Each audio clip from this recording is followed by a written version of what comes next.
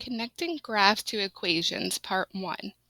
Today you'll learn how to describe the connections between an equation of the form ax plus by equals c, the features of its graph, and the rate of change in the situation.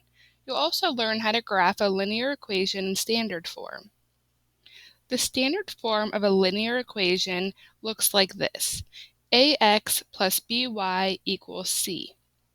A and b represent the coefficients of x and y, c represents the constant term, and x and y represent any point on the line of the graph.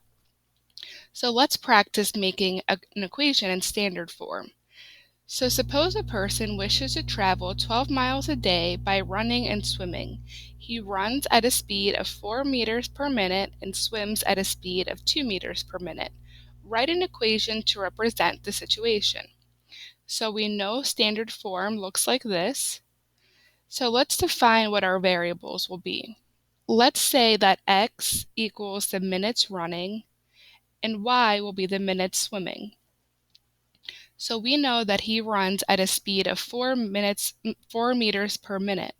So we can replace a with 4, and then we know that he swims at a speed of 2 meters per minute, and we can replace this with b, since b is the coefficient of y and we let y equal the minutes swimming.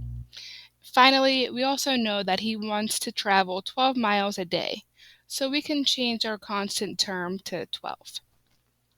Now let's look at finding intercepts. The x-intercept is the point where y equals 0, and the y-intercept is the point where x equals 0, so it's just the opposite variable equals 0.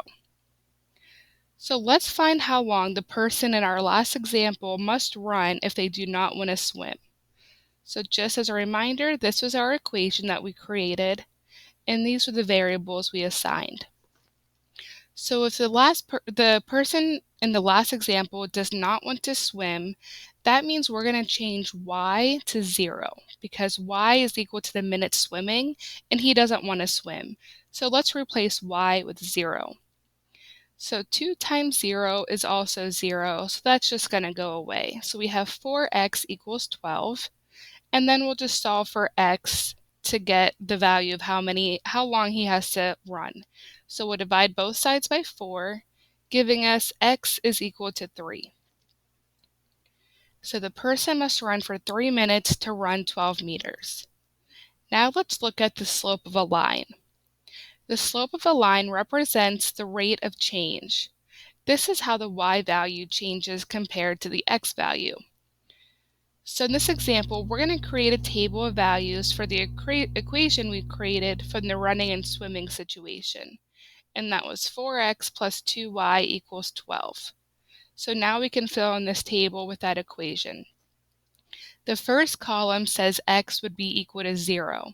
So let's replace x with 0 and find y. So 4 times 0 is 0, so that's actually going to go away. So we have 2y equals 12. And we'll divide both sides by 2, giving us a value of y equals 6. Now let's do the next column when x is 1. So we'll replace x with 1. 4 times 1 is 4. So we're solving for y, so let's subtract that 4 from both sides, and we'll get 2y equals 8. And then the last step will be to divide both sides by 2. So we get an answer of y equals 4. So we'll put that in our table and we'll do the last one. So it says x is 2. We'll replace x with that value. So 4 times 2 is 8. And now we're solving for y, so we'll subtract 8 from both sides, giving us 2y equals 4.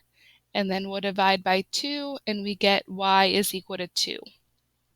Okay, so now our table is filled out, and we can answer the question about what is the slope of this equation. So we said that the slope was the rate of y changing over how fast x is changing. So let's look at how y is changing. So every time we move, we subtract 2. So that's what's happening in the y column. So we will put that for our y change. And now let's look at how the x's are changing. In each column, they're going up by 1. So we'll replace that with 1. And then negative 2 divided by 1, we can simplify to negative 2. So that is our slope for this situation. Now let's look at slope-intercept form. The slope-intercept form of a line looks like this. Y equals mx plus b. X and y represent any point on the line of the graph, just like in standard form. M represents the slope of the equation, and b represents the y-intercept. If we want to convert standard form to slope-intercept form, we can just solve for y. So let's practice by converting this equation from the athlete into slope-intercept form. So the equation we had was 4x plus 2y equals 12. And we want to put it in slope-intercept form, which is y equals mx plus b. So we can just solve for y to get it into that form. So we'll start by subtracting 4x from both sides, and we'll get 2y is equal to 12 minus 4x. And then we'll divide everything by 2 to get y by itself. So we end up with y is equal to 6 minus 2x. And we want it to look exactly like the form they gave us, so let's just switch the order. So we'll put negative 2x first and then plus 6. That way the x and the coefficient come first. Okay, so now we have the equation in slope-intercept form, so let's just double check that this is correct. So m represents slope, and in our equation we found that m would be negative 2. And this makes sense because in our previous slides we found that the slope was negative 2 by looking at the table. And if we look at the b value, which we get as 6, this is our y-intercept.